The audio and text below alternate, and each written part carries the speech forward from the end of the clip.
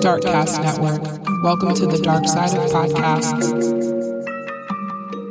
Hey y'all, this is Ash from Creepy Tapas Podcast. There are a few places selling stickers these days, but I found a small business on Etsy called Snarky Sticker Lady, and I am in love with her stuff. We all love snark around here on the Darkcast Network. When I looked at the shop, I was surprised because she has some really funny stickers. The owner, Allison, knows that pride is not a sin, and she designed a line of stickers for friends of the LGBTQIA community. Allison has said of her own business, I love stickers. I love making stickers. I love putting stickers on everything. I started making stickers because I wanted some snarky, smart-ass stickers, and nobody had them. I need my sarcastic flag to fly, honey. So after making some snarky stickers, I started making lots of other types of stickers too. As a loyal friend to the LGBTQIA community, I wanted some stickers to show how I feel, so I made them. Ha! Maybe you'd like to show how you feel too. All sticker designs are welcome in my shop. Just send your ideas in. All of Allison's stickers are vinyl and laminated, so they are water resistant and will last a really long time. Check her out on Etsy at etsy.com/shop Snarky Sticker Lady. Hey, ba-da-boo-boo, I wanna get snarky with you, Snarky Sticker Lady on Etsy. Hello. My name is Mallory Jenner Robinson. Join me in listening to A Hateful Homicide, a true crime podcast dedicated to telling the stories of the trans and gender non-binary communities. Tune in Saturdays at 12 p.m. Pacific Standard Time. You can find us on Apple Podcasts by typing in A Hateful Homicide, and you can also find us on Anchor and Spotify by typing in A Hateful Homicide. Follow us on IG at A Hateful Homicide, and you can follow me at Mallory Jenna 90. Again, tune in on Saturdays at 12 p.m. Pacific Standard Time. Thank you so much for taking the time to listen, and I appreciate each and every one of you and your efforts to helping stop trans erasure and supporting all trans lives. Thank you.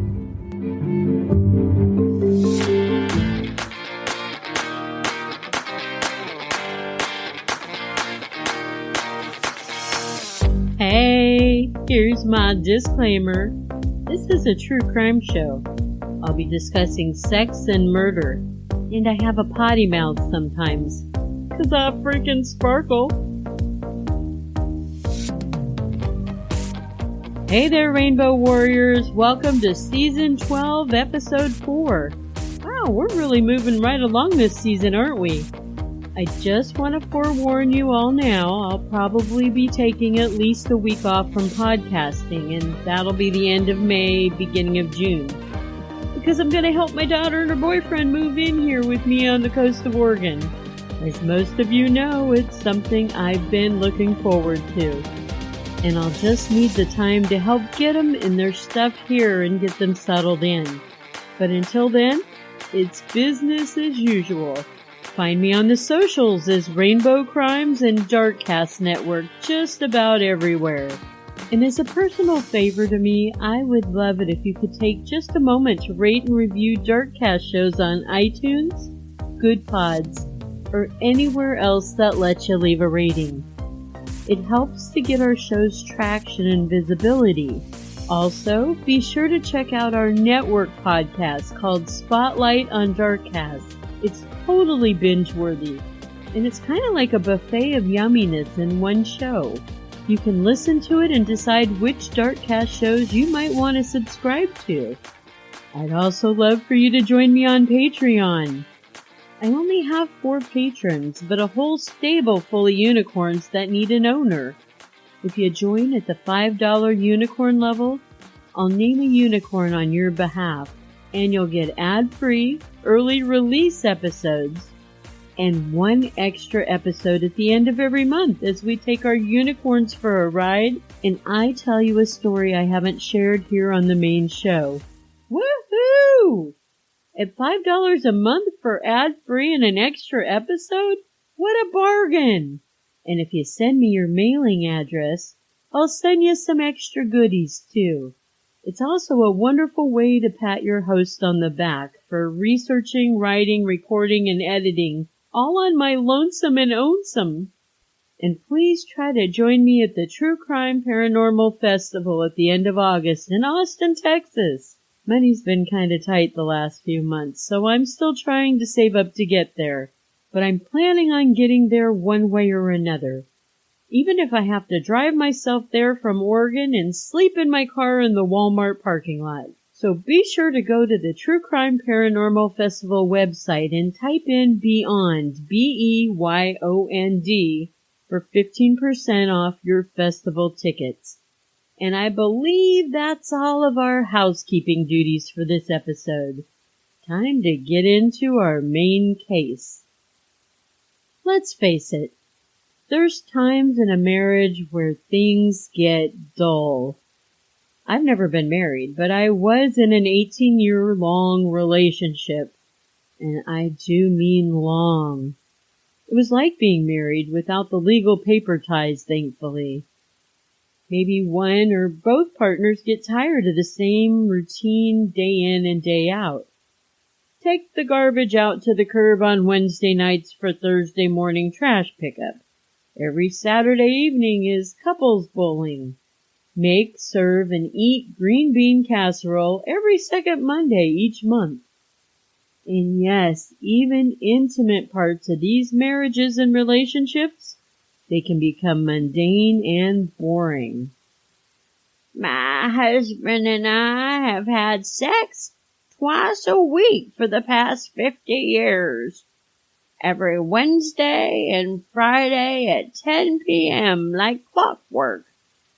And if we're feeling particularly adventurous, we may have a quickie after church. He knows the pastor's voice kinda turns me on. It starts with me putting him in my mouth, or he may start on me first. We like to mix it up, keeps things fresh, and then we do missionary. I don't know why they call it missionary. I'm not knocking on anyone's door asking them to join my congregation when we're doing it.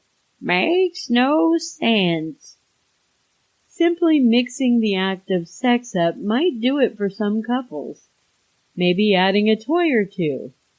Perhaps a bit of fetishism or BDSM to their sexual play. Others have gone as far as making their relationship open, meaning they're free to have sex with other partners, but their heart has to remain to the one they're in a relationship with. This is exactly what a married couple from Blairstown, Iowa did very early in their marriage, and this very well could be the first case in Iowa I've ever covered. Tonch Weldon met a young woman named Amanda. The two dated and fell in love, and they were married in 1996. Both were in their early to mid-20s at the time. But within a year of getting married, they already wanted to explore sexually outside of their marriage. One evening, Tonch hit up a 19-year-old woman, telling her that he and his wife wanted to conduct an experiment. They wanted to add another woman into their sexcapades. The 19-year-old that was approached, she was down to try having a threesome with this married couple. There were some rules, though. The outside party could only have sex with the both of them, never separately. The arrangement with the 19-year-old lasted for nearly over a year. Over time, the married couple may have enlisted other sexual partners, but no one else came forward to announce, "Hey, I was the Weldon's toi of their menage." However, I'm sure there were others, as the Weldons liked to frequent bars, and they would approach potential candidates for their threesomes. In between doing this, the couple would also conceive and raise their 2 children. In February of 2009, the Weldon children were now 10 and 12. Their parents were looking to bring in more of a regular girlfriend to their marriage. One night at a bar, they approached 35-year-old Amy Gephart about their sexual arrangement. Amy was a photographer. She was a talented writer and a musician. She adored children and had a zest for life. She loved animals and nature, and she really enjoyed sharing her knowledge of science with kids. Amy was also an advocate against domestic violence, and she spent a good amount of time helping those in situations that they had a hard time getting out of. As well, Amy would donate clothing, food, and money to victims of domestic violence. Amy was born under the zodiac sign of Scorpio, which kind of makes me believe she maybe had a high sex drive. I don't know for sure, it's just my experience with Scorpios. But Amy was willing to become the third member to Tonch and Amanda's sexual relationship. From pictures, Amy presented a bit more butch, more masculine. I saw one picture where she wore the ever-popular 80s hairstyle of business in the front, party in the back. You know, the mullet cut. In another, her haircut's pretty short. Not that I'm saying all women with short haircuts look masculine, but it was just my thought she kind of appears this way. Nevertheless, Amy joined the couple, and their meetings became a pretty regular thing around the Weldon house. Amy eventually moved in, and she started to share Tonch and Amanda's marital bed. It really makes me wonder what the kids must have thought about all of this, of having another adult female in their home and one who shared their parents' bed. Tonch loved both women. He was having rings made for all three of them, and he planned to exchange the rings in a symbolic wedding ceremony between himself, Amanda, and Amy. But as the weeks and then the months went on, Amy and Amanda became very close, in all ways, to the point Tonch was beginning to feel iced out of his own marriage. Amy and Amanda would do everything together, and it almost seemed as though they didn't want Tonch around for any of it. And if it seemed that way, it was because they didn't want him around. But in June, Tonch's feelings were very hurt. He loved his wife more than anything, and he didn't like the feeling that Amy was taking his wife away from him. He began to complain to some of his friends the afternoon of June 7, 2009. Tonch had some buddies over, and they were hanging out in an outbuilding, which I'm guessing is like a garage, maybe a big shed, or even a barn. The men were throwing back some alcohol, and the drunker Tonch got, the looser his tongue got. He started to spill out everything that was bugging him, especially about his wife liking Amy more than him. His friends thought he had it made, having two women he could bang whenever he wanted. But for Tonch, what seemed like a great idea at first, it was now gnawing at him. That same day, Amy and Amanda had taken the kids to church. When they returned home around 3 p.m., Amy went into the house. And I'm not totally sure where the kids went. I'd like to think that they went for a play date with friends after church. At least that's what I'm hoping. But the appellate court document mentioned that the children followed Amanda into the outbuilding where she found Tonch. And as she entered the outbuilding, his friends were just leaving. And Amanda was grateful for that because she wanted to talk to Tonch. And I'll drop my speculation about the kids. I'd just like to think that they were somewhere else, somewhere safe where they didn't have to witness the next turn of events. Amanda told Tonch she didn't want to be married to him anymore. She said she was in love with Amy and she only wanted to be with her. She also said that she and the children would move into Amy's camper with her. Tonch was stunned with disbelief at first, and then her words began to set in. He started to beg her not to leave him. She told him her mind was made up. Tonch stormed off towards the house when Amanda wouldn't give in to his pleas. He locked the house doors behind him. This left Amanda locked out of the house. She peered into the living room window and she could see Tonch and Amy having a heated argument about her. Still drunk and pissed, Tonch saw Amanda at the living room window, and he walked off to another part of the house. This left Amy to open a window for Amanda to crawl in through. In mere moments, Tonch reappeared with a shotgun. He pointed the gun at Amy. After a brief struggle, the gun went off, shooting Amy in the chest. She died immediately. Tonch then put the shotgun to his face and he fired, removing a portion of his jaw.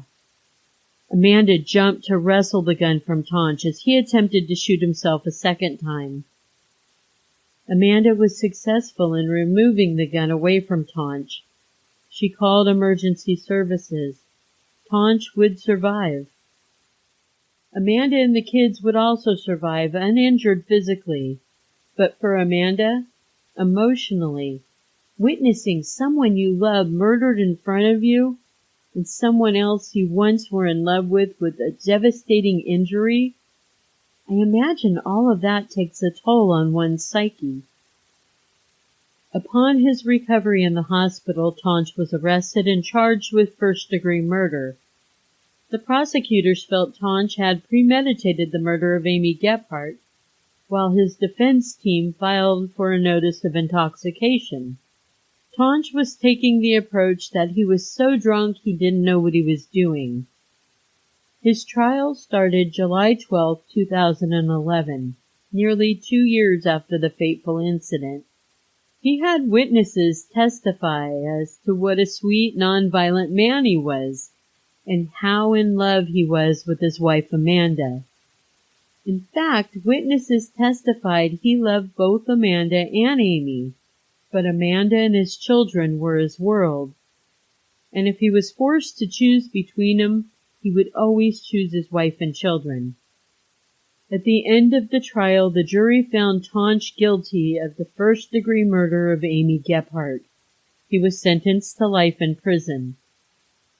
Tonch has since appealed his sentence on the grounds that the judge at his main trial wouldn't allow expert testimony that he was too intoxicated to form intent, making Amy's murder premeditated. And the court found that the first judge didn't abuse his discretion, not when he refused to allow expert testimony on Tonch's behalf. Well, what do you guys think about this?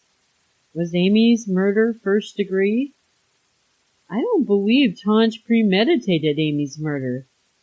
I also don't believe he was too drunk to be cognitive of what he was doing.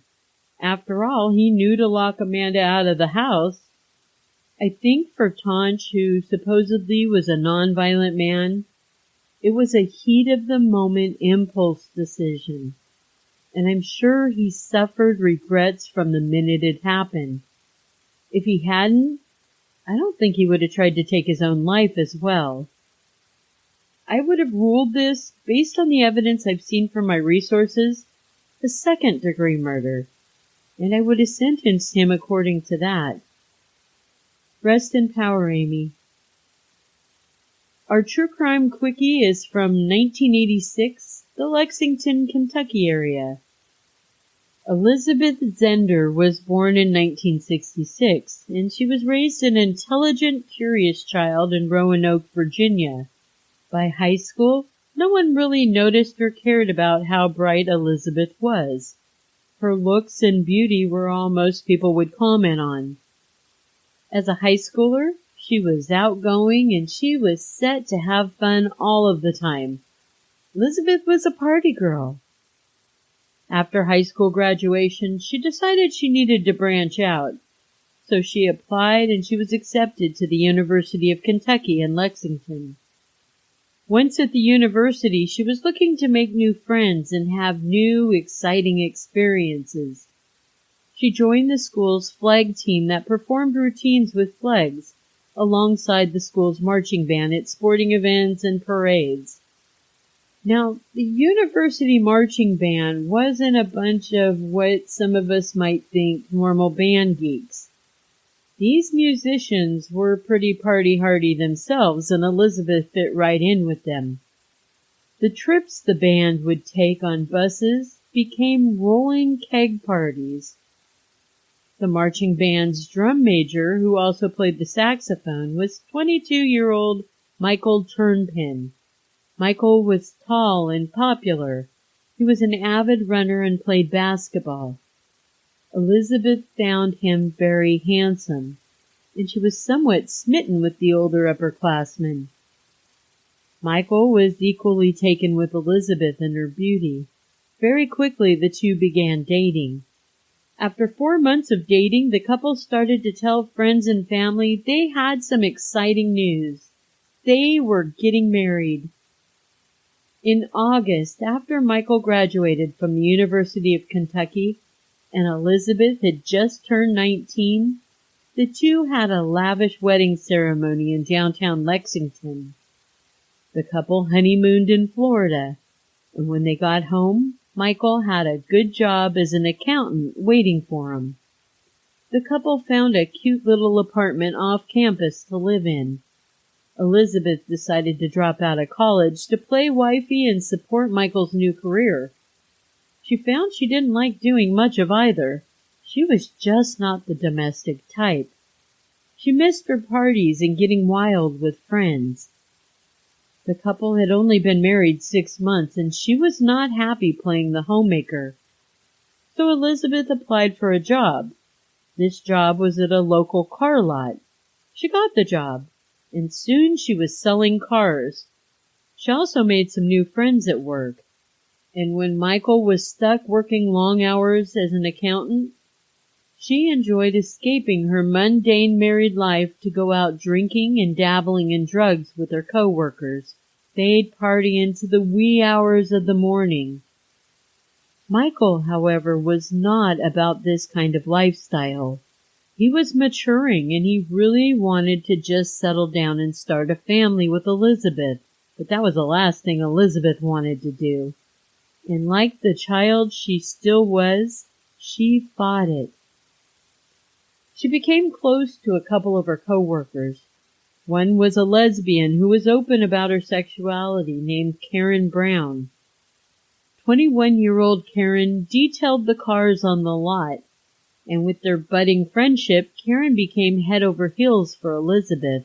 And I guess I should have said that Karen was open about her sexuality in Lexington, but not in the tiny town of Kentucky where she was originally from. Karen would have been mortified had her little hometown known she was a lesbian, which is why the bright city lights of Lexington called to her and she moved there at her first opportunity. Karen was also a drag king at a gay club called the Circus. Not heard of a drag king? It's essentially a drag queen, but a woman performing as a man. Karen had one other side hustle. She dealt drugs. Karen would never sell the drugs to Elizabeth, though. She gave drugs to Elizabeth for free, just so she could be close to her. As the days of Michael and Elizabeth's marriage went on, the more Michael complained that he wanted Elizabeth home after work, and the more he complained, the less she wanted to go home to him. In fact, the less she wanted anything to do with her husband. She was starting to loathe Michael, and she wished that she had never married him. Elizabeth began to encourage Karen's advances, but it's never really clear if Elizabeth was truly attracted to Karen, or if at her young age she was just diabolical enough to manipulate the way Karen felt about her to gain something more sinister. Karen would take Elizabeth to the gay clubs with her, and they'd partake in drugs, alcohol, and mess around.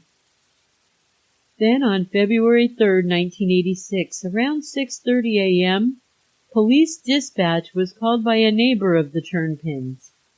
It seemed that the young wife that lived in the neighboring apartment was having some trouble. When police showed up, they found Elizabeth, who claimed she had just returned home from staying overnight at her friend Karen's because she had drank too much the night before. And when she came home, she found her husband Michael missing, and blood all around the apartment. Detectives examined the scene and interviewed Elizabeth. They asked her if she knew of anyone who might want to hurt her husband. Now, get this. Elizabeth told police Michael's daytime cover was that he worked as an accountant, but what he was really involved in was organized crime, and he sold drugs for them.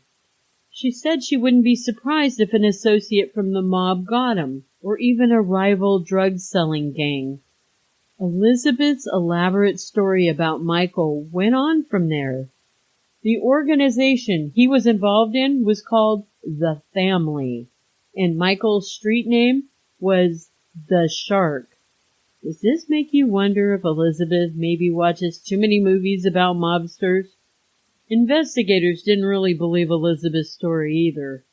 Many of them had been working in Lexington long enough to know there was no mob affiliate organization there called The Family. Police next interviewed Karen, and she corroborated everything Elizabeth said down to the last detail. And she added that Elizabeth was abused by Michael, which is something that's never been proved, by the way. But as they were questioning Karen, a call came in. The body of a man had been found floating in a pond at a local golf course. The body was Michael's. Detectives sat back for a moment, scratching their heads. This did seem kind of like a mob-related homicide. And then the coroner's report came back. Michael was stabbed 19 times in his face and throat. Now Michael's death was looking more like a crime of passion. And the detectives felt Elizabeth was almost telling too much with her story. And this put her at the top of their suspect list. It also meant taking a harder look into Elizabeth's life and the people in it. First, detectives found out that Michael had a life insurance policy worth $60,000, and Elizabeth was the sole inheritor of it. They spoke to Karen's roommates. One of them admitted Karen gave him a ride to work the day of Michael's murder, and there was blood in her car, enough so that a couple of the drops of the blood got onto the roommate's shoe. And both of her roommates alleged they later saw Karen cleaning up her car with another one of her co-workers, a mechanic named Keith Burchard. Witnesses at the gay club The Circus, they also placed Keith Burchard with Elizabeth and Karen that night or early morning when Michael was murdered. Karen and Keith were each brought down to the station for more questioning. Karen finally broke down and she spilled the whole can of beans. Elizabeth was the mastermind of the plan to kill Michael, and Keith was the actual killer. And her and her car, well, they were just the body movers after the deed was done. A search of Karen's car found more traces of Michael's blood, sealing the deal. The night or early morning of Michael's murder, Elizabeth gave Karen and Keith an extra key to her apartment, just in case. Karen and Keith knocked on the Turnpin's apartment door, and Michael answered. He let the two in. Karen faked being concerned that Elizabeth got home all right, while Keith lunged at Michael with a knife, and the two fell to the floor. Karen jumped on Michael and pinned him down while Keith kept stabbing Michael. After they were sure Michael was dead, they left and met up with Elizabeth. They went back later, removed Michael's body, and dumped it in the pond at the golf course. Elizabeth, Karen, and Keith were all arrested for the first degree of Michael Turnpin. The motive for Elizabeth was to cash in on the life insurance policy to be able to fund her wild drug and alcohol-fueled lifestyle. Karen's motive, well, it was to get the girl. Keith's motive? It sounded like fun, and he was also going to make a few bucks off the deal. Keith took a plea deal, so the death sentence was off the table. He was sentenced to life in prison with no chance of parole, which is probably a good thing. You don't murder people for fun, you dumbass. Karen received a life sentence with the possibility of parole. In 2021, Karen spent her last plea for parole. She was denied and will likely spend the rest of her time in prison. Elizabeth actually got married while she was in prison to a computer programmer in 1998. Her and the man can only visit each other. No touching, no conjugal visits. For someone who hated being married, it kind of surprises me that she got married again. And I guess there's not too much partying going on at the Kentucky Correctional Facility that she's housed at. She too went through all of her appeals, and they were all denied. so the rest of her days will also be spent locked up, unable to ever touch her new husband. At least Keith knew he was never going to ever be able to get paroled. I was kind of like dangling a carrot for these women. Serves them right. Rest in power, Michael. Love you, Rainbow Warriors. You matter. And remember, it is not a crime to be gay. Unless you're a murderer.